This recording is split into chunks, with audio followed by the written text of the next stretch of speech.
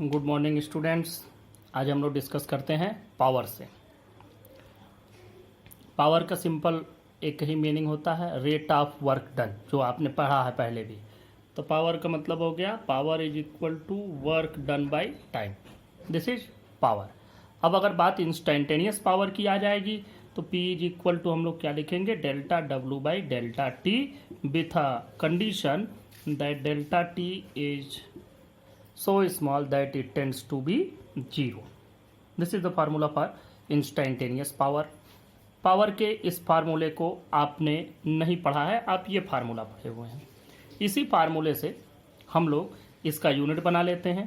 इसका यूनिट होगा joule, joule per second. Joule per second को ही हम लोग कहते हैं watt. Joule per second is also called watt. And watt is the SI unit of power. अब देखो P equal to delta W by t, ये हो गया dW by D t. It can be simply written as dW by D t in terms of differential calculus. अब देखो, जब हमारे पास dW by D T formula मिला तो हम लोग इसको ऐसे भी लिख सकते हैं d by D T of W, और इसको भी और आगे बढ़ाओ तो ये F इंटू यस, ये भी आपने पढ़ा हुआ है। अब देखो dF by D T, rate of change of force तो कोई क्वांटिटी होती नहीं है, लेकिन rate of change of displacement जरूर होता है। तो हम लोग इसको F अलग कर देते हैं और ds बाई डी टी अलग करते हैं। ds बाई डी टी का मतलब हो गया वेलोसिटी, F इंटू वी। तो यहाँ से हमको ये भी पता चलता है कि power can be also written as the dot product of force and velocity, and power is a scalar quantity. तो एक फार्मूला पावर का ये भी मिल गया।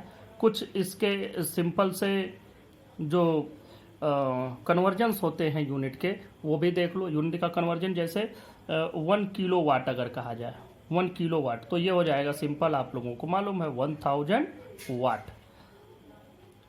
1 हार्स पावर हम लोग पढ़े हैं, ये होता है 746 वाट। तो ये इसके कुछ सिंपल से कन्वर्जन हो गए। बस दिस इज पावर, इसको हम लोग लिख लेते हैं।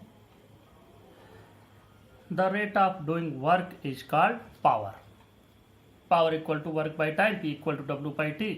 Power is a scalar quantity, SI unit of power is joule per second और वाट। देखो 1 watt equal to 1 joule per second, 1 kilo watt equal to 10 to the power 3 watt या 1000 watt. 1 horsepower 1 HP equal to 746 watt. Instantaneous power मतलब delta W by delta T with a limit delta T tends to 0। इसको dW by D T लिखते हैं। d by D T आप force into displacement करोगे तो देखो यहाँ से आपको जो वैल्यू मिलेगी, आपको मिल जाएगी P equal to F dot D S by D T F into V. P equal to F into V, F dot V.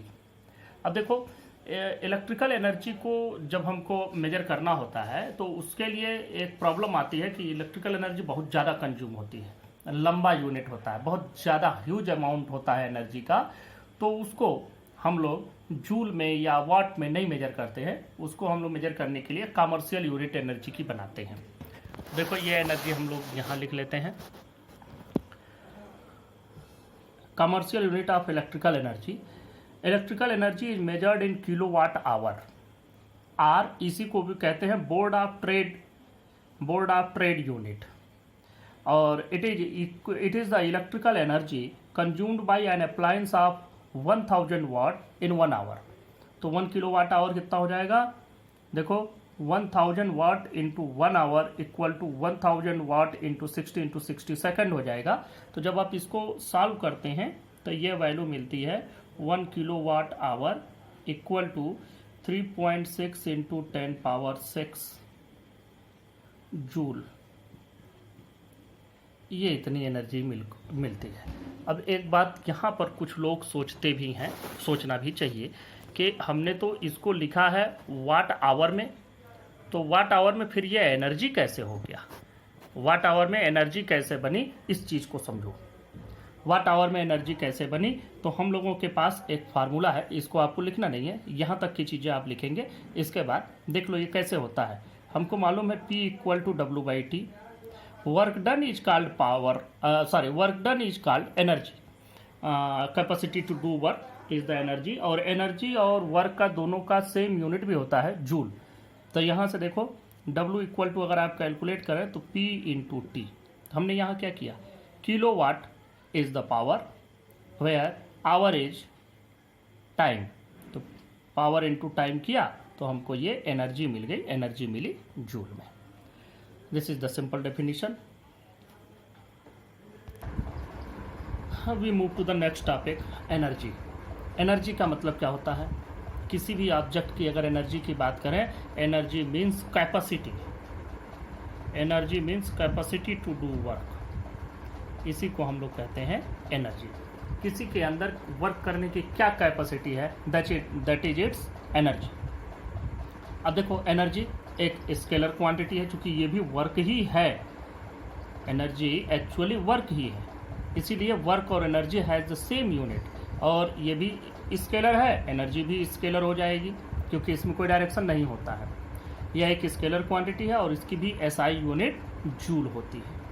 अब देखो एनर्जी के वेरियस फॉर्म्स होते हैं, इन जो वेरियस फॉर्म्स होते हैं जैसे mechanical energy, light energy, heat energy, sound energy, ये तमाम इसके डिफरेंट फॉर्म्स होते हैं, न्यूक्लियर एनर्जी, ये सभी एनर्जी के डिफरेंट फॉर्म्स हैं।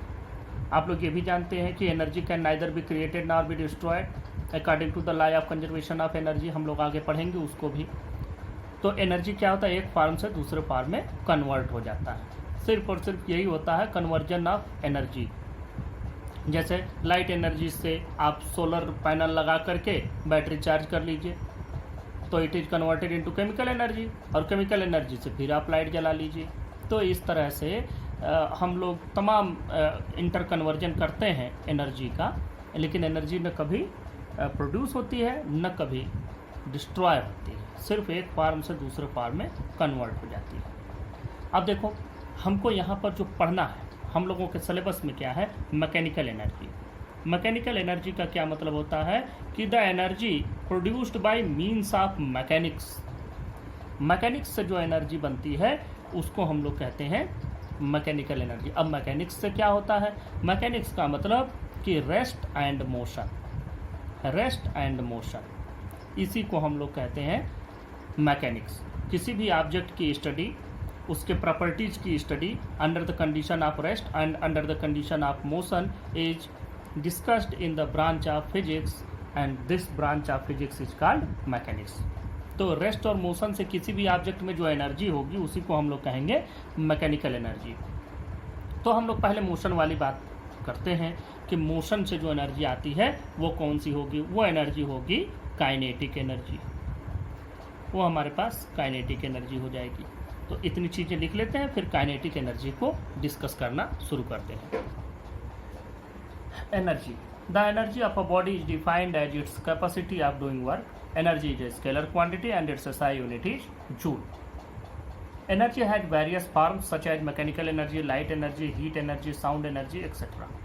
अब मैकेनिकल एनर्जी की बात करते हैं। The energy produced by mechanical means is called mechanical energy. It has two forms.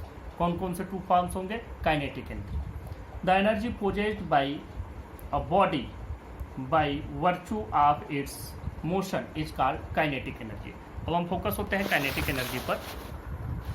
देखो मोशन के कारण जो एनर्जी है उसी को हम लोग कहेंगे काइनेटिक एनर्जी। लेकिन हम लोग इसको कैसे समझेंगे, देखो एक ऑब्जेक्ट मान लो रेस्ट की कंडीशन में है, इसकी वेलोसिटी दी गई है 0। अब यह ऑब्जेक्ट पर कुछ फोर्स लगाया गया, फोर्स लगाया गया और ये ऑब्जेक्ट मूव करना शुरू कर दिया, और अब इसकी वेलोसिटी हो गई v। इनिशियल वेलोसिटी इसकी थी 0 और अब इसकी वेलोसिटी हो गई v, मतलब 0 से v तक इसकी वेलोसिटी बढ़ गई। तो इसको रेस्ट की कंडीशन से v वेलोसिटी तक पहुंचाने में जितना वर्क डन हुआ वही वर्क डन इसकी काइनेटिक एनर्जी हो जाएगी। दूसरे तरीके से समझो, एक ऑब्जेक्ट v वेलोसिटी से मूव कर रहा है, मास इसका m है। अब इसको रोक देने के लिए कितनी एनर्जी रिक्वायर्ड होगी, कितना वर्क डन करना पड़ेगा इसको रोक देने के लिए, that is its kinetic energy.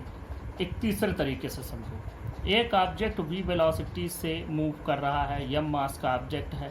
अब यह रेस्ट में आने के पहले जितना वर्क डन कर सकता है, that is its kinetic energy. All these are the various explanations of kinetic energy, and now we are going to derive a formula for the kinetic energy, and maybe you have derived this in your class 9th or 10th, but here we are also going to derive it with the help of calculus as well as by the simple meanings, तो by the simple methods, दोनों method से देख लेते हैं। हमने यहाँ लिखा let a body of mass m is at rest when a constant force F is applied on body, it starts moving with an acceleration a। अब देखो a इज इक्वल टू कितना हो जाएगा, अगर मैं आपसे कहूँ force is equal to acceleration from F is equal to M A, इससे a की वैल्यू हो जाएगी F/m। अब देखो तो मान लो कि इसकी अल्टीमेट वेलोसिटी जो लास्ट में इसकी वेलोसिटी आई वो v है। Let final velocity is v, ये भी मान लिया। तो a इज इक्वल टू, अब फाइनल वेलोसिटी अगर हमको पाना है तो हम कैसे पाएंगे, v square is equal to u square plus 2as। देखो हमको करना क्या है, हमको वर्क डन कैलकुलेट करना है कि कितना वर्क डन हुआ इसको इस एक्सेलरेशन, इस वेलोसिटी तक पहुंचाने में, हमको सिर्फ वही कैलकुलेट करना है। तो उसके लिए हम लोग इसे कैलकुलेट कर रहे हैं। तो देखो यहाँ से अगर आपको v स्क्वायर की वैल्यू पता करनी होगी तो देखो इसकी वैल्यू हो जाएगी, u तो 0 है, प्लस 2a की वैल्यू आप रख दीजिए F/m इंटू एस, मतलब ये वैल्यू हो गई 2f into S divided by m। देखो वर्क डन की वैल्यू कैलकुलेट करना है तो हम लोगों को क्या चाहिए, फोर्स इंटू डिस्प्लेसमेंट, ये वैल्यू चाहिए। तो यहाँ से देखो ये 2fs/m की वैल्यू हो गई v स्क्वायर के बराबर। तो अगर हम इसको करें mv स्क्वायर तो ये वैल्यू हो जाएगी mv square is equal to 2f into S. यहाँ से फोर्स इंटू डिस्प्लेसमेंट की वैल्यू कैलकुलेट करो, मिल जाएगा mv square by 2, and f into S is the required work done to move this object from rest to this velocity v under an acceleration a, and this is the formula for kinetic energy. Thus kinetic energy is equal to mv square by 2। हम लोग half mv square by 2 ये formula बहुत दिनों से पढ़ते आए हैं, आज आपने यहाँ भी देख लिया। देखो इसी को एक तरीके से और भी कुछ लोग डिराइव करते हैं, कुछ लोग इसको इस तरीके से भी डिराइव करते हैं, ये सभी मेथड्स आपको देख लेने हैं। देखो हम यहीं थोड़ा सा आगे करके इसको समझा देते हैं दूसरे मेथड को भी। दूसरा मेथड समझो कैसे हो सकता है। देखो हमारे पास एक्सेलरेशन a मिला, इस एक्सेलरेशन से जैसे हमको पता करना है w इक्वल टू fs हमको पता करना है, f डॉट एस की वैल्यू चाहिए। तो हम इसके लिए क्या करते हैं कि पहले यहाँ से f के लिए हमको ज़रूरी होगा ma, तो हम लोग पहले क्या करते हैं कि यहाँ से एक्सेलरेशन की वैल्यू पता कर लेते हैं। तो देखो from v square equal to u square plus 2as, v square is equal to 0 plus 2as, a की वैल्यू हो गई v स्क्वायर बाई 2s। अब वर्क डन कितना होगा, f डॉट s, इसको आप लिख सकते हैं f डॉट s को ma इंटू एस, यही वर्क डन यम रहने दो, a की वैल्यू रखें v square by 2s into S, S से यस कैंसिल, तो वर्क डन कितना मिल गया, half mv square. This is another method to derive this formula, ये भी एक तरीका हो गया। तो ये दो मेथड हो गए, ये और ये। अब हम एक तीसरा मेथड पढ़ते हैं, क्योंकि अब हम बड़ी क्लासेज में आ गए हैं तो हम लोगों को कैलकुलस वाला मेथड भी समझ लेना है। How to derive this formula from the calculus. जो हमने ऊपर फार्मूला डिराइव किया उसमें हमने शुरू में ही मान लिया है कि when a constant force F is applied, ये देख लो हमने लिखा दिया है इसको, यहाँ देखो when a constant force F is applied on a body, यहाँ कांस्टेंट फोर्स किया। अब हम क्या करते हैं, इसी फार्मूले को डिराइव करते हैं वेरिएबल फोर्स के लिए, क्योंकि अब हमको सब कुछ वेरिएबल फोर्स ही, वेरिएबल वेलोसिटी ऐसे ही चीज़ें पढ़नी है और कैलकुलस यूज करना है। तो ये देखो, let a variable force F is applied on a body of mass m which is initially at rest. The work done by force for small displacement ds. तो small displacement ds के लिए small work done dw कितना हो जाएगा, f dot ds, ये value आएगी। अब चूंकि फोर्स और डिस्प्लेसमेंट एक ही डायरेक्शन में है, तब क्या होगा, if displacement is in the direction of force, then dw is equal to f ds cos 0 degree, क्योंकि एक ही डायरेक्शन में हो गए तो dw की वैल्यू कितनी आ गई, dw की वैल्यू आ गई f ds। अब देखो dw is equal to F D S हो गया, तो f को हम लोग लिख सकते हैं m a into D s. M a d s को क्या लिख सकते हो, acceleration can be written as delta v by delta t, तो अब हम लोग डेल्टा के टर्म में नहीं इसी के टर्म में लिखेंगे, मतलब D V by D T into D S. अब देखो यहाँ से ये डी डब्ल्यू की बात की जा रही है, ये D W M D S by D T एक तरफ कर लो, देखो D S by D T अलग कर लिया, डी वी अलग कर देते हैं, D S by D T again velocity, तो वैल्यू कितनी बनी, M we D we.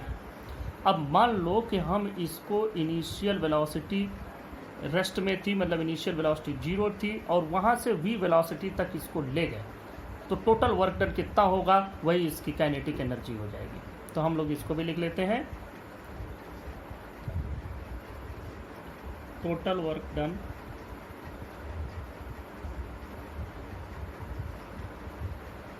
required to provide, इसको हम इस तरह से लिखते हैं, total work done by force for increasing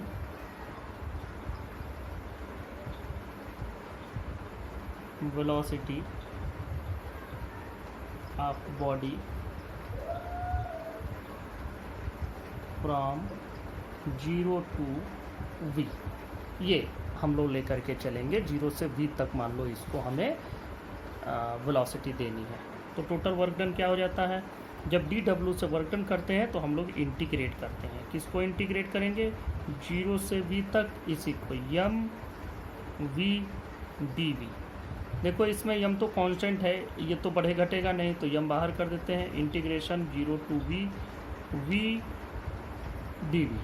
अब आप लोगों ने इंटीग्रेशन का फार्मूला पढ़ा है, इंटीग्रेशन का फार्मूला मैं आपको यहाँ थोड़ा सा बता दूँ, integration of x power n dx की वैल्यू होती है x power n plus 1 divided by n plus 1। This is the formula for the integration, मतलब पावर को एक बढ़ाओ और जो नया पावर आए उससे डिवाइड करो, तो वैल्यू क्या हो जाएगी, M we square by 2 0 to we.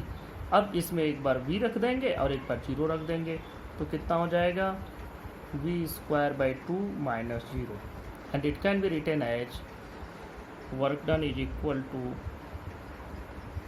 Half M V square, and this is kinetic energy of object. This is the method of calculus, and this is the condition when variable force is applied on body, and in this condition we have also derived the formula for kinetic energy.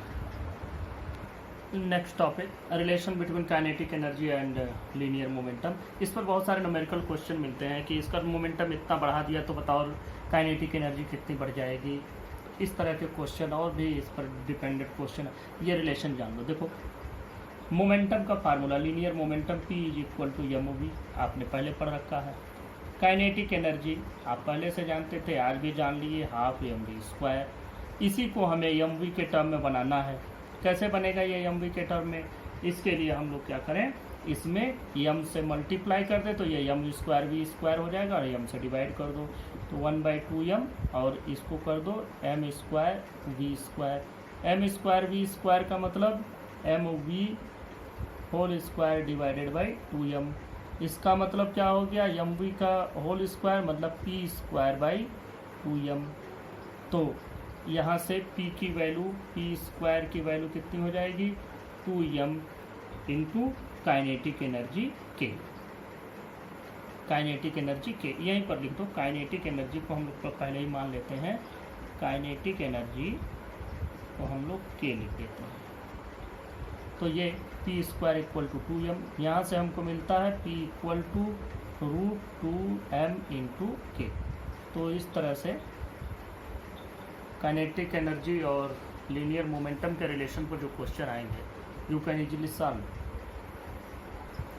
Next topic पर चलते हैं, work energy theorem. देखो work energy theorem ये है कि मान लो किसी भी ऑब्जेक्ट पर कोई फोर्स लगाया गया, तो उसमें जितना फोर्स लगाया गया और उससे जो वर्क डन हुआ वह उस ऑब्जेक्ट के काइनेटिक एनर्जी के चेंज के बराबर होता है। यही है work energy theorem. The work done by a force in displacing a body is equal to the change in the kinetic energy of the body. तो इसको अब हम लोग प्रूफ भी कर लेते हैं कि क्या ऐसा होता है कि अगर हम किसी भी ऑब्जेक्ट पर, मान लो m मास का ये ऑब्जेक्ट है या किसी वेलोसिटी u से चल रहा है और इस पर एक फोर्स F लगाया और इसकी वेलोसिटी लास्ट में पहुंच करके v हो गई, तो जो इस फोर्स ने यहाँ तक इस पर जो काम किया, वह जो काम हुआ, वह वर्क डन हुआ, वह वर्क डन इसके काइनेटिक एनर्जी के चेंज के बराबर हो जाए। काइनेटिक एनर्जी का चेंज इसमें कितना आएगा, देखो इस जगह पर इसकी काइनेटिक एनर्जी आएगी हाफ एम वी स्क्वायर और यहाँ पर इसकी काइनेटिक एनर्जी आएगी हाफ एम यू स्क्वायर। तो मतलब कि जो वर्क डन है वह इसके बराबर आ जाना चाहिए। तो इसको हम लोग डिराइव करते हैं। इसको हम लोग दो तरीके से डिराइव करते हैं। हमने पहले तो मान लिया है ये चीज़, ये आप लोगों ने कंसिडर कर लिया। अब हम लोग इसको यह मान करके चलते हैं कि when the force F is constant force, और दूसरी बात when force F is variable force. तो हम लोग पहले प्रूफ करते हैं फॉर कांस्टेंट फोर्स। पहला हेडिंग मैंने डाल दिया, प्रूफ फॉर कांस्टेंट फोर्स। इसको नंबर 1 कर देते हैं। It is number 1, proof for constant force. अब इसमें देखो, मान लो कि इसको u से v किया और इतने देर में उसने डिस्प्लेसमेंट यस कवर किया, तो वर्क डन कितना होगा, work done is F into S. अब देखो यह F की वैल्यू तो हमें मालूम नहीं है, तो ये हो जाएगा mass into acceleration into S. अब देखो हमें इसमें मास पता है, एक्सेलरेशन नहीं पता है, तो एक्सेलरेशन को पहले कैलकुलेट करते हैं। इसको इक्वेशन 1 मान लो, from v square is equal to u square plus 2as। यहाँ से हमको a की वैल्यू कैलकुलेट करनी, तो v square minus U square equal to 2as, और a की वैल्यू क्या हो जाएगी, v square minus U square, ये 2s डिवाइजन में चला जाएगा। तो from equation 1, from 1 work done is equal to m into a की वैल्यू रख दो v square minus U square by 2s into S. इस यस से ये यस कैंसिल हो गया, तो हमारे पास क्या बचा, M V square by 2 minus M you square by 2। This is proof. यहाँ से हमने इसको प्रूफ कर लिया, ये हो गया। जो वर्क डन हुआ, वर्क डन उसके initial kinetic energy final kinetic energy minus initial kinetic energy के बराबर हो गया। इसका मतलब the work done is equal to the change in kinetic energy. Now we move to the next topic and this is part 2, proof for variable force. हम लोग हर एक formula, जो भी अभी हमने वर्क डन का भी फार्मूला डिराइव किया, वो भी हम लोगों ने दोनों के लिए डिराइव किया था, for constant force as well as for variable force. Now this formula will also be derived for both the cases. Now we are going to derive it for variable force. तो W is equal to क्या हो जाएगा, F into ds। This is small work done for small displacement. अब देखो यहाँ से हम लोगों को ये भी मालूम है कि if the displacement is in direction of force, then हम लोग यहाँ से लिख लेते हैं if force is in the direction of displacement, इसका मतलब क्या होता है, F D S cos theta, then D W is equal to F D S cos 0 degree, और इसकी वैल्यू हो जाएगी एफ इंटू डी एस। ये हमको मिल गया स्मॉल वर्क डन। अब total work done, total work done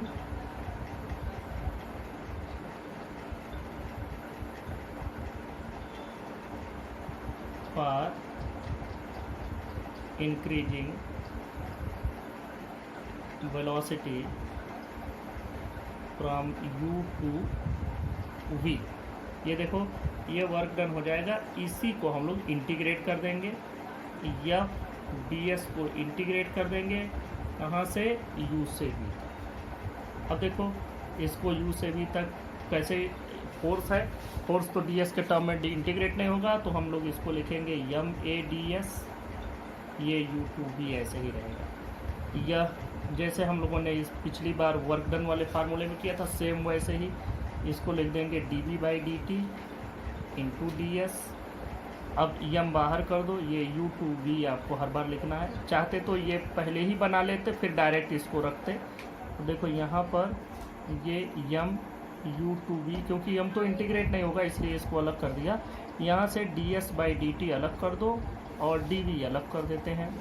D S by D t की वैल्यू अगेन हमारे पास v हो गई, तो m integration of v d v from u to v। अब देखो v को इंटीग्रेट करोगे dv के टर्म में तो क्या वैल्यू आएगी, इस पर पावर 1 बढ़ जाएगा, वही डिवाइड भी हो जाएगा, तो मतलब w इज इक्वल टू यम, ये v स्क्वायर बाई 2 u से v।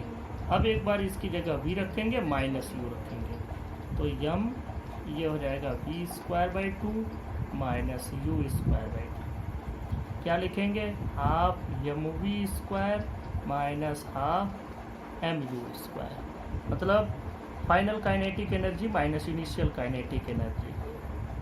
Prove, work energy theorem has been prove for constant force as well as for variable force.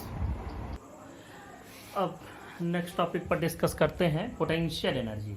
तो ये एनर्जी कौन सी होती है पोटेंशियल एनर्जी, जैसे कि मान लो किसी ऑब्जेक्ट के पोजीशन या उसके कॉन्फ़िगरेशन की वजह से किसी चीज़ में जो एनर्जी होती है उसको हम लोग कहते हैं पोटेंशियल एनर्जी।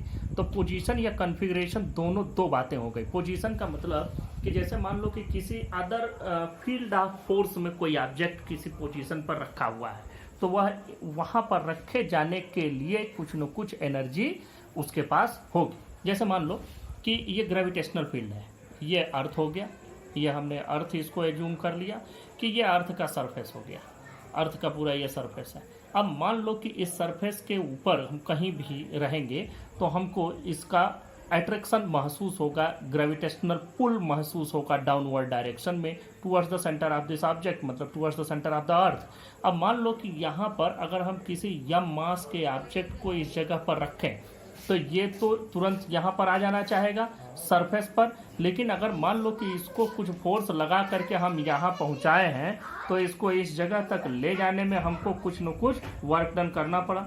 जो भी वर्क डन हमको यहाँ पहुँचाने में इसको करना पड़ा, तो इसकी पोजीशन की वजह से, इस पोजीशन पर अगर हम इसको प्लेस कर दिए तो इसके पोजीशन की वजह से इसमें वही वर्क डन एक एनर्जी के फॉर्म में स्टोर हो गया और उसी को हम लोग कहेंगे पोटेंशियल एनर्जी। जैसे यहाँ पर मान लो इसको अगर हम यहाँ रखे थे तो इसका वेट mg नीचे की ओर था, h हाइट पर ले जाने में हमको इसमें कितना वर्क डन करना पड़ा, F is equal to mg, ये फोर्स तो यह हो गया, और work done is equal to F into S, मतलब mg इंटू एच।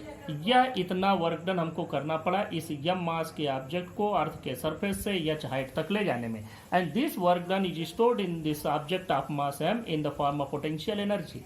दूसरा, मान लो एक स्प्रिंग है, और उस स्प्रिंग को आपने कंप्रेस करके रख दिया, कंप्रेस करके रखा है, तो इसका मतलब इस पर कंटिन्यूअसली कुछ न कुछ फोर्स एक्सर्ट हो रहा है जिससे कि ये कंप्रेस्ड कंडीशन में है।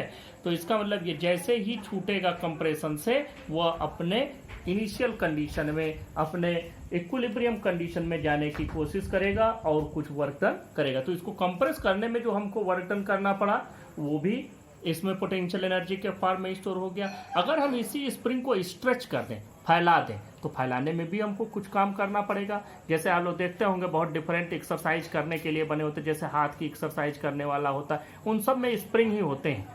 तो ये फिर क्या करेगा कि अगर एक्सटेंड करके छोड़ देंगे तो भी हमको कुछ न कुछ वर्क डन करना पड़ा इसको एक्सटेंड करने के लिए, और उस एक्सटेंशन की कंडीशन में भी इसके पास पोटेंशियल एनर्जी होगी। जब हम छोड़ेंगे तो वो जा करके उसको उतना वर्क डन करेगा। ऐसे ही एक और भी चीज हम मान सकते हैं, मान लो एक चार्ज यहाँ पर क्यों रखा है, क्योंकि अभी आप लोगों ने इलेक्ट्रिसिटी नहीं पढ़ी है लेकिन फिर भी इतनी बात तो समझ में आ जाएगी। मान लो एक चार्ज क्यू यहाँ पर रखा है और इसी के बगल में एक दूसरा चार्ज हम Q2 लेकर के आए, Q1 मान लो, तो इसके बीच में, दोनों के बीच में एक फोर्स काम करेगा। तो वह फोर्स क्या करेगा, अगर ये दोनों पॉजिटिव हैं तो रिपेल करेंगे दोनों, और अगर एक पॉजिटिव एक निगेटिव है तो दोनों अट्रैक्ट करना चाहेंगे, और इन दोनों ही कंडीशन में इनको थोड़ी दूर पर सेपरेट करके रखने में हमको कुछ न कुछ वर्क डन करना पड़ेगा, and this work done will be stored in the form of potential energy. तो यह सभी कुछ, अब देखो ये इसके कॉन्फ़िगरेशन से आया, ये पोजीशन से आया, ये पोजीशन से, तो इस तरीके से ये भी पोजीशन से आप मान सकते हैं क्योंकि इस पोजीशन पर रखा है तब यहाँ पर इसकी पोटेंशियल एनर्जी है। तो यह सभी डिफरेंट फॉर्म है पोटेंशियल एनर्जी के। तो जनरली हमको 3 फॉर्म्स मिलते हैं, ये 3 कॉमन पोटेंशियल एनर्जी के फॉर्म होते हैं। वो होता है एक तो ग्रेविटेशनल पोटेंशियल एनर्जी, दूसरा होता है इलास्टिक पोटेंशियल एनर्जी कि किसी ऑब्जेक्ट को अगर कंप्रेस या एक्सटेंड कर दिया जाए तो उसके कंप्रेशन या एक्सटेंशन से जो उसमें एनर्जी आती है उसको हम लोग इलास्टिक पोटेंशियल एनर्जी कहेंगे। और तीसरा होता है इलेक्ट्रोस्टैटिक पोटेंशियल एनर्जी कि अगर कोई भी 2 चार्जेज के बीच में कुछ इंटरेक्शन हो रहा है तो उससे जो उसमें वर्क डन की कैपेबिलिटी है दैट इज पोटेंशियल एनर्जी, या उनको उस जगह पर रखने में जो वर्क डन किया गया that is stored in the form of potential energy. These are the various 3 forms of the potential energy and we will discuss only these 3 forms of potential energy in this topic. अब इसको लिख लेते हैं। Potential energy, the energy stored in a body or a system by virtue of its position in a field of force or by its configuration. For example, एक example मैंने लिखा है, the water at the top of a waterfall can rotate turbine when falling on it. तो उस water में जब ऊपर से नीचे आ रहा है तो उसमें कुछ न कुछ वर्क डन की कैपेबिलिटी आ गई और वही उसकी पोटेंशियल एनर्जी है। 3 common types of potential energies are follows. अब इनको देख लो, 3 कॉमन टाइप्स। पहला है gravitational potential energy, the potential energy associated with the state of separation of 2 bodies which attract one another through the gravitational force, ये हो गया। दूसरा elastic potential energy, the potential energy associated with the state of compression और extension of N elastic मतलब spring like object. तीसरा देखो electrostatic potential energy, the potential energy associated with interaction between 2 electric charges, these 2 charges में be similar और में be opposite. अब इसमें next इस पर चलते हैं, थोड़ा डिटेल में इसको देख लेते हैं। What is gravitational potential energy, gravitational potential energy. तो डिफिनीशन हमने पहले ही देख लिया है, we are going to define it here. देखो ग्रेविटेशनल पोटेंशियल एनर्जी हमने लिख दिया, let a body of mass m is at a height h from the earth surface, work done against gravity. अब ये वर्क डन अगेंस्ट ग्रेविटी क्या होगी इसको देखें। तो work done is equal to force, तो यम जी इसका वेट होगा, वही ग्रेविटी पुल है नीचे की ओर और हम ऊपर उसको एच हाइट तक ले गए। तो हमने क्या किया, यम जी इंटू एच। तो इसका मतलब कि जो इसका ग्रेविटेशनल पोटेंशियल एनर्जी हुआ वो हुआ mgh। अब अगर हम इसी को अर्थ के सरफेस पर ले आ दें तो अर्थ के सरफेस पर ये एच की वैल्यू 0 हो जाएगी at earth surface h is equal to 0, then w is equal to 0 and in this case this is, ये यहाँ पर ये भी लिख लो, this is equal to the gravitational potential energy u। तो यहाँ पर h 0 है तो वर्क डन भी 0 और इस केस में ग्रेविटेशनल पोटेंशियल एनर्जी भी 0। तो gravitational potential energy at the earth surface will be 0। ये बात हो गई। Potential energy of an ideal spring, ये आपको बताने के पहले मैं आपको समझा दूँ। देखो ये एक स्प्रिंग है, हम लोगों ने एक आइडियल स्प्रिंग लिया। आइडियल स्प्रिंग मासलेस स्प्रिंग होता है। वैसे आइडियल स्प्रिंग कोई भी एग्जिस्ट नहीं करता है क्योंकि हर एक स्प्रिंग में मास तो होगा ही। फिलहाल हमने आइडियल स्प्रिंग की बात की है। ये एक स्प्रिंग है। आइडियल से मतलब इसका मास बहुत कम है। इसमें एक मास को अटैच किया गया है, एक एंड इसका हमने फिक्स कर दिया। तो ये इक्विलिब्रियम कंडीशन में है, ना हमने कोई फोर्स एक्सर्ट किया, ना स्प्रिंग ने कोई फोर्स एक्सर्ट किया। अब क्या हुआ कि अगर हम इसको थोड़ा स्ट्रेच कर दें, फैला दिए, ए से बी पर यक्स डिस्प्लेसमेंट से हमने इसको डिस्प्लेस कर दिया, तो अब क्या होगा? आपको मालूम है कि अगर आप स्प्रिंग को इधर फैलाएंगे तो वो अंदर की ओर आने की कोशिश करेगा, कंप्रेस करेंगे, बाहर जाने की कोशिश करेगा। तो वैसे ही एक इसके अंदर से रेस्टोरिंग फोर्स का मतलब रीस्टोर करने वाला फोर्स, इसको अपने इक्विलिब्रियम पोजीशन में फिर से पहुंचाने वाला फोर्स यफ इसमें डेवलप हो जाएगा। और यह जो यफ डेवलप होगा, यह जिधर हमने डिस्प्लेसमेंट दिया है यक्स, उसके ठीक अपोजिट डायरेक्शन में डेवलप होगा, अपने आप प्रोड्यूस हो जाएगा। दूसरी बात कि जब हम इसको यक्स डिस्प्लेसमेंट ही अंदर की ओर डिस्प्लेस कर देते हैं, अंदर की ओर हम इस डायरेक्शन में कंप्रेस किया, अभी एक्सटेंड किया था, अब कंप्रेस कर रहे हैं, यहाँ स्ट्रेच था, यहाँ कंप्रेस है, कंप्रेस किया तो जो फोर्स इसको अपने इक्विलिब्रियम पोजीशन में ले जाने वाला, मतलब रीस्टोर करने वाला, मतलब रेस्टोरिंग फोर्स होगा, वो होगा इस डायरेक्शन में। This is also opposite to the direction of this displacement x. इसी चीज को हमने लिख लिया है। Let one end of massless spring is fixed to a rigid wall at point O, यहाँ पर तीनों में फिक्स्ड कर दिया गया, and other is attached to a block placed on a smooth horizontal surface. When the block is displaced from its equilibrium position A to a point B, then an elastic restoring force F is set up in the spring, which is proportional to the displacement and directed opposite to the displacement. तो यहाँ पर जो F होगा, restoring force F, तो ये F की बात की जाए, F is directly proportional to negative of displacement, and when we will remove the proportionality sign, we must introduce some constant.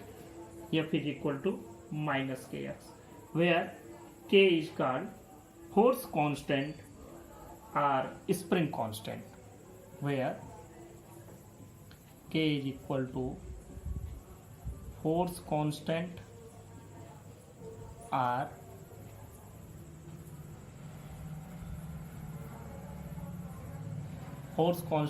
spring constant.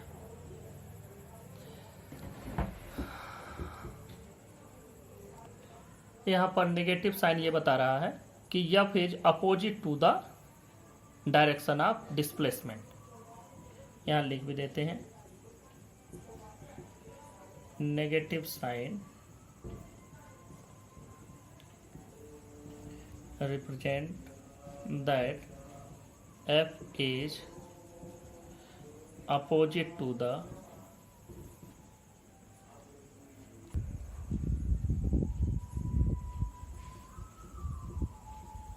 direction of displacement x। अब देखो, अगर यह इतना फोर्स अपोजिट डायरेक्शन में लग रहा है इधर की ओर, तो हमको इस स्प्रिंग को इधर की ओर डिस्प्लेस करने के लिए इसके ठीक बराबर और अपोजिट डायरेक्शन में एक फोर्स F डैश अप्लाई करना पड़ेगा। यह तो तब फोर्स आएगा जब हमने इसको डिस्प्लेस किया है, तो ये इस डायरेक्शन में अपोजिट फोर्स लग रहा है, यह रेस्टोरिंग फोर्स है, मतलब ये स्प्रिंग का अपना फोर्स है जो प्रोड्यूस हो रहा है।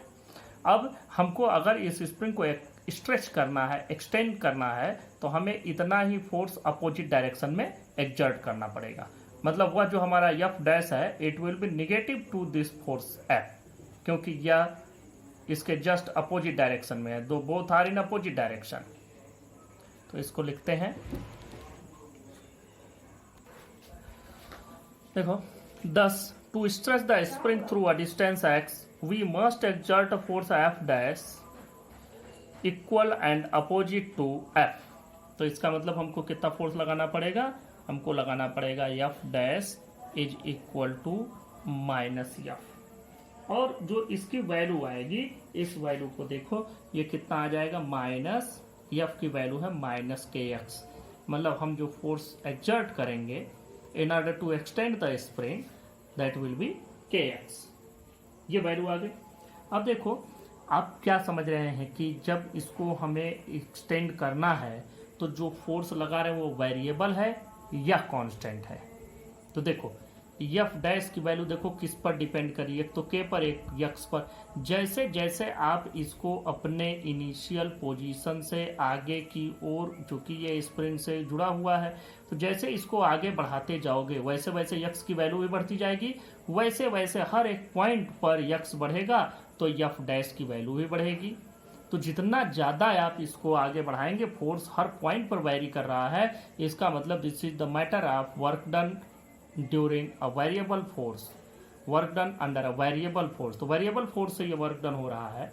इसका मतलब क्या हो गया, इसका सीधा मतलब हमारे समझ में आ रहा है कि अब हमको इस पूरे डिस्टेंस को बहुत छोटे छोटे स्मॉल पार्ट्स में डिवाइड करना होगा, और फिर उसको इंटीग्रेशन, डिफरेंशिएशन, या आप कहें कि हर एक पार्ट के लिए अलग अलग वर्क डन को कैलकुलेट करके ऐड करना पड़ेगा। तो अब हम लोगों को ये फार्मूला यूज करना है। तो अब हम लोगों को ये मालूम है कि एफ डैश वेरिएबल है, इसलिए entire displacement will be divided into large small parts of equal displacement. ये लिख दिया, since F dash is variable thus we divide entire displacement into very large number of equal small intervals of displacements. Small work done for small displacement through a ये देखो, small work done for small displacement dx, ये यही लिख देंगे, for small displacement dx is given by, देखो ये जो value आएगी dw is equal to F dash dx, ये वैल्यू हमको मिलेगी। एफ डैश की वैल्यू रख देते हैं के एक्स dx। अब अगर हम इसको 0 से x तक ले जा रहे हैं, स्ट्रेच कर रहे हैं, डिस्प्लेस कर रहे हैं, तो टोटल वर्क डन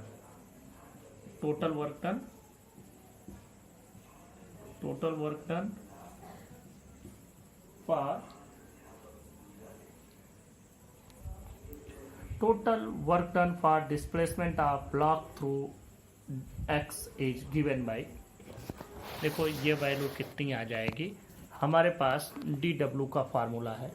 dw के फार्मूले से जब हम वर्क डन कैलकुलेट करते हैं तो देखते हैं 0 से x इसको हम ले जा रहे हैं, किसको, के एक्स dx, के तो आपका बाहर हो जाएगा, x dx, और ये फार्मूला भी आपको मालूम है, x पावर n का होता है, x power n+1 divided by n+1, तो यहाँ भी यही हो जाएगा के, ये x पर पावर एक बढ़ गया, 2 हो गया, डिवाइडेड बाई 2, 0 to x।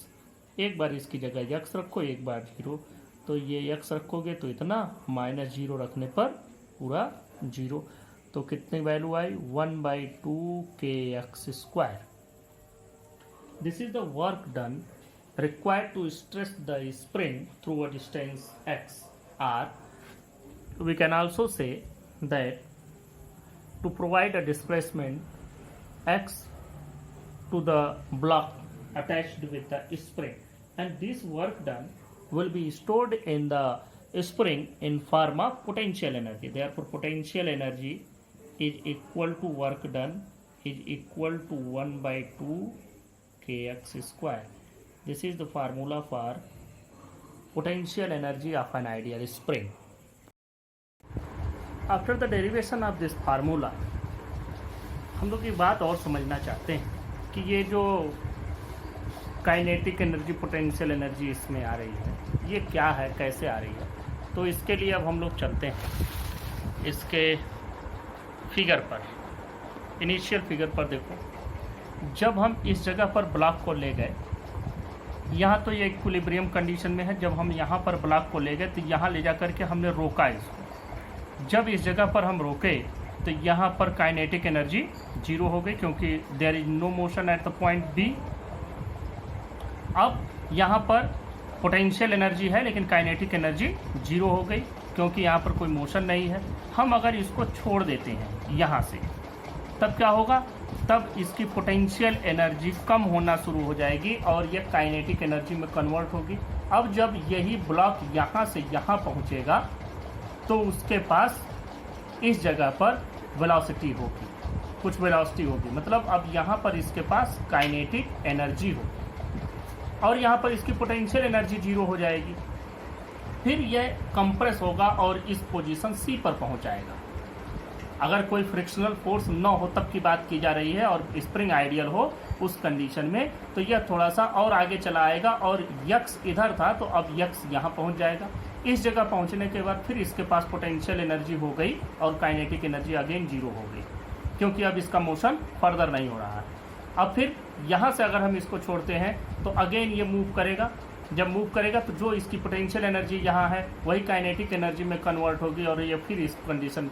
तो इस तरह से ये ऑसिलेशन होता रहता है और इसमें काइनेटिक एनर्जी पोटेंशियल एनर्जी में कन्वर्ट होती है, पोटेंशियल एनर्जी काइनेटिक एनर्जी में, इस तरह से कन्वर्जन होता रहता है। इससे हम लोग आगे ऑसिलेशन में एक फार्मूला भी डिराइव करेंगे, लेकिन वो तो दूसरे चैप्टर की बात है। यहाँ पर एक बात और समझनी है एनर्जी से ही रिलेटेड, कि जैसे ही यह ऑब्जेक्ट यहाँ से चलना शुरू किया, यहाँ पहुँचा तो इसके पास टोटल काइनेटिक एनर्जी हो गई, पोटेंशियल एनर्जी यहाँ पर 0 हो जा रही है। लेकिन उस समय यहाँ पर जो total kinetic energy plus potential energy की बात की जाए, दोनों का जोड़ काइनेटिक प्लस पोटेंशियल का, तो हमको मिलेगा कि उतना ही है जितना यहाँ है। और फिर इस जगह पर काइनेटिक प्लस पोटेंशियल जोड़ें तो भी हमको मिलेगा टोटल पोटेंशियल एनर्जी जो यहाँ थी वही यहाँ है। बस डिस्प्लेसमेंट का डायरेक्शन चेंज हो गया, it is inward, this is outward. तो यहाँ पर हम लोग ये पाते हैं कि जो टोटल एनर्जी है through out this path is same during its oscillatory motion, और इस दौरान इसका जो टोटल मैकेनिकल एनर्जी है, मैकेनिकल एनर्जी का मतलब kinetic energy plus potential energy, kinetic plus potential is called mechanical energy. तो इसकी टोटल मैकेनिकल एनर्जी कंजर्व रहती है। तो अगर हम इसके काइनेटिक और पोटेंशियल एनर्जी की जो बात हो रही है कि पॉइंट ए, बी और सी के बीच में अगर हम एक ग्राफ प्लॉट करें तो वो ग्राफ देखो कैसा आएगा। देखो, if we plot kinetic energy and potential energy against the displacement we obtain 2 curves. देखो, ये हमने बना दिया point C, point A, point B, तीनों पॉइंट हो गए। ये अपने मीन पोजीशन पर है, जब इक्विलिब्रियम में था ये हमने एक्सटेंड किया और ये कंप्रेस हुआ। इधर भी यक्स है, इधर भी यक्स है। ये माइनस यक्स पोजीशन है लेफ्ट डायरेक्शन में, तो इसको माइनस लिख दिया, इसको पॉजिटिव एक्स लिया। माइनस प्लस से मत सोचना कि कहाँ, घबराने की कोई ज़रूरत नहीं है, दोनों यक्स ही हैं। ये लेफ्ट डायरेक्शन में है इसलिए हमने इसको लिख दिया। अब देखो, हम पहले काइनेटिक एनर्जी का ग्राफ प्लॉट करते हैं। तो काइनेटिक एनर्जी पॉइंट सी पर बिल्कुल 0 है। जैसे जैसे ये पॉइंट ए की ओर जाएगी, या अगर हम बी से चलें कि बी पर हमने एक्सटेंड करके छोड़ा है, तो बी पर हमको काइनेटिक एनर्जी बिल्कुल 0। जैसे जैसे आगे बढ़ोगे काइनेटिक एनर्जी बढ़ती चली जाएगी, बढ़ती चली जाएगी, काइनेटिक एनर्जी मैक्सिमम हो जाएगी। फिर काइनेटिक एनर्जी घटना शुरू होगी, पॉइंट सी तक घट जाएगी। पॉइंट सी पर again total energy is potential. तो अब हम लोग ग्राफ प्लॉट करते हैं। देखें, ये इस तरह से आएगा, यहाँ से ये काइनेटिक एनर्जी 0, काइनेटिक एनर्जी बढ़ करके एक मैक्सिमम पर पहुँची। फिर यहाँ से धीरे धीरे काइनेटिक एनर्जी घटते हुए यहाँ पर आई। अब हम बात करते हैं पोटेंशियल एनर्जी की।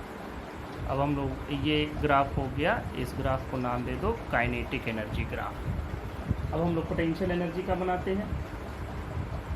तो देखो पोटेंशियल एनर्जी का जो ग्राफ आएगा वह कैसा आएगा, उसका ग्राफ ऐसा होगा। जिस टाइम यहाँ पर काइनेटिक एनर्जी 0 है उस टाइम पोटेंशियल एनर्जी मैक्सिमम होगी। यह पोटेंशियल एनर्जी है, यह मैक्सिमम है। और जैसे जैसे हम आगे की ओर बढ़ते जाएंगे वैसे वैसे यहाँ पर पहुँच कर के पोटेंशियल एनर्जी 0 हो जाएगी। इस पर हमने एनर्जी लिया है, ये ध्यान रखना, इस पर हमने एनर्जी लिया है। तो यह एनर्जी पोटेंशियल वाली 0 हो गई, यहाँ टोटल काइनेटिक एनर्जी हो गई। जैसे जैसे आगे बढ़ेंगे at the extreme position this potential energy will again be maximum at this point. तो हम लोग इस ग्राफ को यहाँ से बनाते हैं, यह इस तरह से। अब देखो इनका जोड़ निकालो, ये मिनिमम है, ये मैक्सिमम है, पॉइंट यहाँ मिला। इस पॉइंट पर काइनेटिक और पोटेंशियल दोनों है, दोनों को जोड़ोगे तो फिर यहीं पहुँचोगे। तो हर जगह यह जो है टोटल, यह जो लाइन मिल रही है, this line represent that the sum of kinetic energy plus potential energy is a constant value. This graph represent potential energy and this graph represent kinetic energy plus potential energy. ये आपको यहाँ पर इस graph से पता चला कि how the energy varies during the two positions. Next topic है आइंस्टीन्स मास एनर्जी इक्विवेलेंस। देखो जब से अर्थ का इवोल्यूशन हुआ है, जब से सभ्यताएं बनी हैं, लोगों ने साइंस फिजिक्स इन सब को स्टडी करना शुरू किया है, तब से लोगों के दिमाग में सिर्फ एक बात रही है कि ये अर्थ या ये पूरा यूनिवर्स किस चीज़ से बना हुआ है। और जब इस चीज़ की तह में लोगों ने जाने की कोशिश की, लोगों ने इसको ढूंढना शुरू किया, इसको जानना शुरू किया, तो दो बातें सामने आई। साइंटिस्ट एक कंक्लूजन पर पहुँचे और उन लोगों ने डिसाइड किया और उन लोगों ने बताया कि पूरा का पूरा यूनिवर्स सिर्फ दो चीज़ों से बना हुआ है। एक चीज़ को उन्होंने कहा मैटर और दूसरे चीज़ को उन्होंने कहा रेडिएशन। मैटर और रेडिएशन ये दो चीज़ें आई। रेडिएशन का मतलब हुआ एनर्जी, रेडिएशन का मतलब हुआ एनर्जी, आर एनर्जी लिख सकते। ये दो चीज़ें आई कि एक तो मैटर, मैटर का मतलब हमारे सामने जो भी हमको दिखता है, ईंट पत्थर रेत या हम आप और लिविंग नॉन लिविंग ऑर्गेनिजम्स जितने हैं सब कुछ all are in the matter.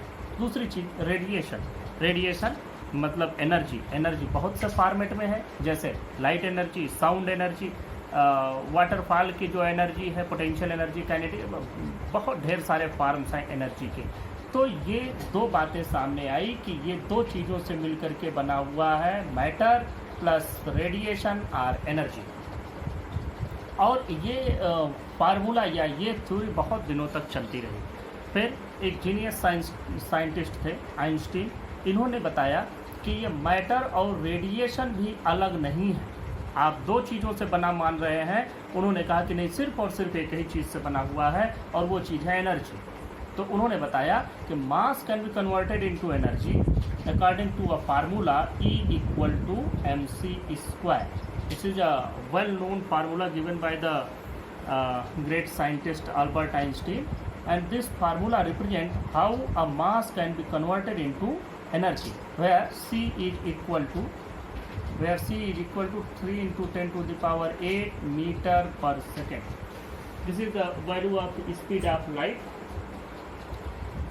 You all know about this value, and if a mass 1 kilogram is taken, then it can be converted into energy according to this formula, and this energy will be, अगर हम convert करें तो ये 1 kg और into अगर मैं इसको convert करूँ c² को, तो मतलब 3 × 3 इंटू 10⁸ इंटू 10⁸ मतलब 10⁻16।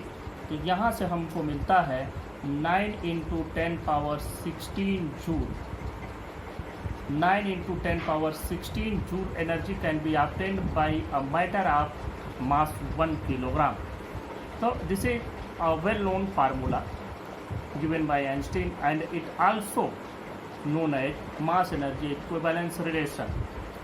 अब यहाँ एक बात लोगों के समझ में आई कि if mass can be converted into energy, then is it possible to convert energy into mass? Yes, it is also possible, and the latest reports, researches also represent that energy can also be converted into mass. इसके लिए क्या किया गया, platinum के एक टुकड़े को लिया गया, उसको ऐसा डिजाइन किया गया कि उसमें रेडिएशन इंटर करे, लाइट इंटर करे, लेकिन उससे लाइट बाहर न निकले रिफ्लेक्ट होकर के, उसके रिफ्लेक्शन को बहुत हद तक रोकने की कोशिश की गई। और फिर देखा गया कि थोड़ी देर तक उसको धूप पे रखने के बाद उसका मास कुछ इलेक्ट्रॉन के मास के बराबर बढ़ जाता है। जैसे 2 इलेक्ट्रॉन 4 इलेक्ट्रॉन के बराबर का मास उसने गेन कर लिया। तो अगर कोई कहता है कि हम धूप पे खड़े हो गए तो क्या हमारा मास बढ़ गया क्योंकि हमने तो एनर्जी रिसीव की? Yes, it is correct. आप बिल्कुल सही कह रहे हैं कि अगर आप धूप में खड़े होते हैं तो योर मास विल इंक्रीज। अब कितना इंक्रीज होगा? बहुत कम इंक्रीज होगा, वो फिर तुरंत ही कन्वर्ट हो जाएगा किसी अदर फॉर्म में, या क्या होगा इस पर अभी बहुत सारे रिसर्चेज नहीं है, लेकिन आपका मास अवश्य बढ़ जाएगा अगर आप धूप में थोड़ी देर खड़े होते हैं, क्योंकि आप एनर्जी रिसीव कर रहे हैं और वो एनर्जी फिर कन्वर्ट हो जाएगी मास में। तो ये होता है मास एनर्जी इक्विवेलेंस रिलेशन। इसमें मैं बहुत ज़्यादा नहीं लिखवा रहा, सिर्फ इतना ही आपको समझना है, क्योंकि इसके बारे में डिटेल डिस्क्रिप्शन अगर आप ग्रेजुएशन में फिजिक्स पढ़ते हैं तो you have the derivation of this formula. Next topic, principle of conservation of energy. According to this principle, energy can neither be created nor be destroyed, but can only be converted from one form to another, the total amount of energy of the universe remaining constant. This is the principle of conservation of energy. मतलब energy को कभी भी हम कहीं से भी produce नहीं कर सकते, कहीं से क्रिएट नहीं कर सकते, ना ख़त्म ही कर सकते। एनर्जी के सिर्फ एक फॉर्म को दूसरे फॉर्म में कन्वर्ट किया जा सकता है। इसके प्रूफ को देखो, इसके प्रूफ को भी हम लोग एक तरीके से देख सकते हैं। मान लो कि यम मास का, इसको मैं पूरा नहीं लिख रहा, सिर्फ आप अपने से समझते रहिएगा। मान लीजिए यम मास का एक ऑब्जेक्ट है और यह किसी हाइट पर रखा हुआ है। ये ग्राउंड हो गया। इस ग्राउंड से ये जो मैं आपको बता रहा हूँ, ये प्रूफ मैकेनिकल एनर्जी के कंजर्वेशन के लिए भी किया जाता है। और ये प्रूफ इतना इजी है कि इसको आप लोग क्लास 9th या 10th में भी देखे होंगे, बहुत इजी है। यहाँ पर समझो कि इसके पास कोई वेलोसिटी नहीं है, it is at rest at a height h from the ground. ये h हाइट पर है। अब मान लो कि ये यहाँ से गिरना शुरू होता है और इस जगह से जब गिरना शुरू होता है तो मान लो कि यहाँ से गिर करके एक बार कहीं बीच में किसी पोजीशन तक पहुँचता है और इस पोजीशन पर इसके हाइट को मान लो कि ये यहाँ से x डिस्टेंस नीचे आया इस जगह पर। अब यहाँ से इसकी जो हाइट है ये है h माइनस एक्स, ये वैल्यू है। और इस जगह पर मान लो कि इसकी वेलोसिटी है v1 और जब ये बिल्कुल इस जगह पर पहुंचता है तब वेलोसिटी मान लो v2 है। ये दो जगहों पर हम वेलोसिटी मानते हैं। इसको थोड़ा किनारे लिख देता हूँ।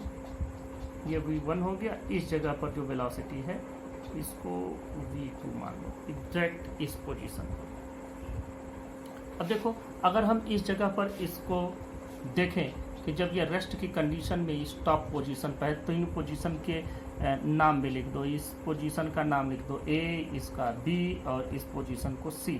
ये just before touch the ground, बिल्कुल एकदम ग्राउंड को टच ही करने वाला था, उस पोजीशन पर है।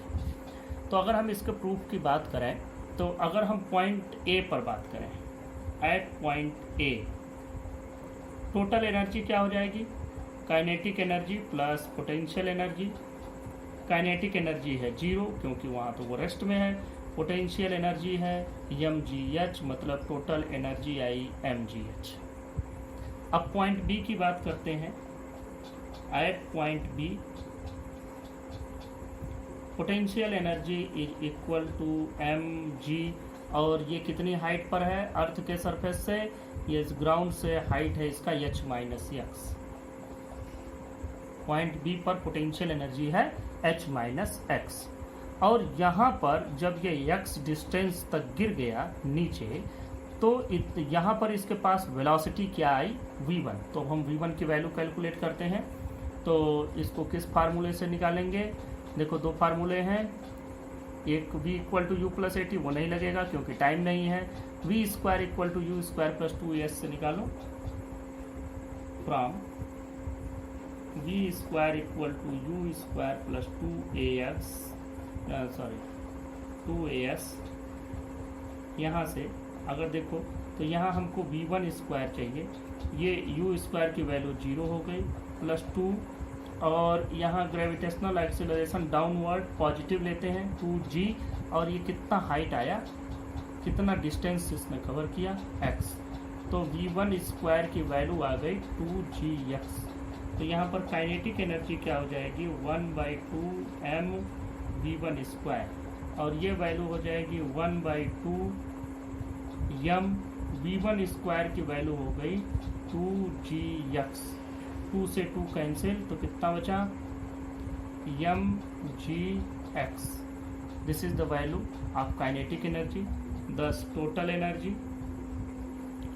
एनर्जी देखो कितना होगा, kinetic energy mgh minus x plus potential energy, sorry ये पोटेंशियल एनर्जी हो गई प्लस काइनेटिक एनर्जी mgx।